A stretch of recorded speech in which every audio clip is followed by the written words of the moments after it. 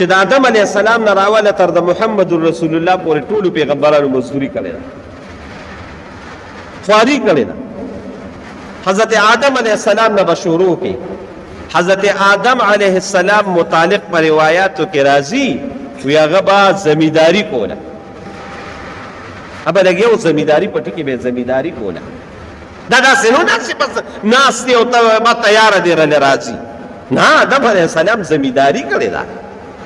د حضرت ادریس علیه السلام متعلق په روایاتو کې راځي وی هغه به درزي و، دا کپړې به یې ګنډلې ولې مزدوري کړې ده حضرت ادریس علیه السلام.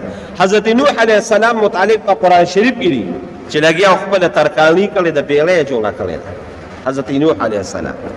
حضرت ابراهیم علیه السلام هم دقه شان د پټي کار کړی دی.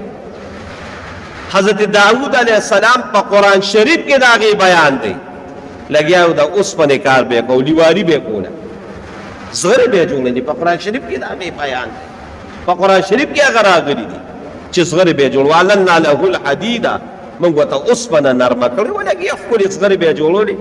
او دا داسې بلکې دا د رسول الله مبارک حدیث دی تیمورجانه چې یو ځل دی لګیا و داسې ناست و، نو یو دوه فرشتې راغلې، دوه فرشتې راغلې انساني شکل باندې. چې انساني شکل باندې راغلې دقې وخت پورې دی داود علیه السلام مزدوري نه کوله. نو هغه یو فرشته بل ته وایي دا سړي دي، وایي دا څنګه سړی دی؟ وایي یاره ډېر ښه سړی دی داود علیه السلام.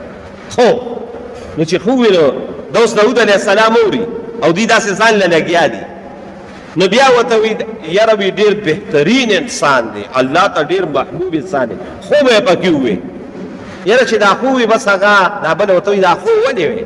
وایي دا خو د دې نه وجې ویم چې ډېر بهترین انسان دی، خو کاش چې ده په خپل لاسو باندې ځان له خپل کسب بیا به الله ته ډېر نور هم محبوب و. بس د هغې وخت نه بیا هغه خپله لیواري شروع کړه او دا زغرې به یې جوړولې. او په قرآن شریف کې الله وایي موږ ورته اوسپنه نرمه. نو داود علیه السلام هم سلیمان علیه السلام هم مزدوري کړې ده. او د حضرت موسی علیه السلام متعلق خو په قرآن شریف کې دی، یا په قرآن شریف کې د هغه د مزدورۍ ذکر دی. شعیب علیه السلام نه راغی او شعیب علیه السلام ته وایي ما به دلته ځان سره اوسئ. هغه به وایي اوسوم دی، بلکل دی اوسوم. قرآن شریف کې دی ولما توجه تلقاء مدین قال عسى ربي ان يهديني سواء السبيل. ټول رکوع د موسی علیه السلام دا مزدورۍ باره کې راغلې ده. نو ورته یې څه چل به وکړي؟ مزدوري به کوم؟ وایي ما نه به ګډې سره یې. وایي ډېره ښه ده ګډې به راته سره وه. وایي څنګه به سره وه؟ وایي 8 کاله یې ورسره وه، 8 کاله یې ورسره. فإن أتممت 10 فمن عندك. او خو دې 10 کاله وسرولې نو په موږ به ډېر زیات احسان وکړي، موږ سره به ډېره لویه ښېګړه وکړي. حضرت موسی علیه السلام لګیا شو، مزدوري یې شروع کړه. او په نص د قرآن دا خبره ثابته ده چې موسی علیه السلام مزدوري کوله، 8 کاله 10 کاله یې مزدوري وکړه. هغه وله بیا خپله لور مبارک هم په نکاح ورکړه او خپلې هغه مزدوري دغه یې وله ورکړه. او مله بعد دا هر څه پرېږده یاره، دا ډېر لوی شان لري. دغه پیغمبران ډېر لوی مقام لري، پیغمبران ډېره لویه مرتبه لري هر یو پیغمبر. خو زه وایم چې لا يمكن الثناء كما كان حقه بعد از خدا بزرگ تو یہ قصه مختصر. نور خبرې به پرېږدو. د دواړو جهانو سردار جناب محمد رسول الله صلی الله علیه وسلم چې الله رب العالمین د هغه په زلفو قسم خوړلی دی، د هغه په مخ مبارک قسم خوړلی دی، د هغه په خار مبارک قسم خوړلی دی، د هغه په سس باندې او نور او ځای کې خو الله حد وکړه، الله لوی شان ورکړه.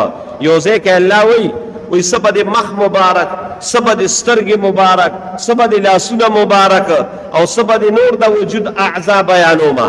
لعمرک ستا په دې ټول وجود او په دې ټول عمر مې د قسم وکړي. یا ډېر لوی شان لري.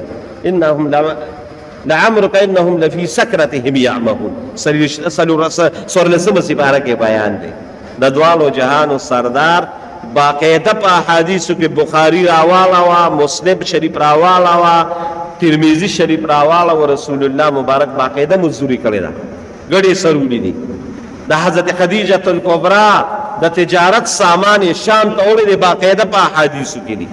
نو زما د خبرې لومړی مقصد دا دی چې مزدوري کوله دا د پیغمبرانو شیوه ده په خپلې مزدورۍ باندې به بالکل نه شرمیږي او نه به دغه کوي بلکې دا به خپله یو اهمه فریضه وګڼئ چې دا زما پیغمبرانو کړې ده زه خو به یې کومه د الله په جناب کې د دې ډېر لوی مقام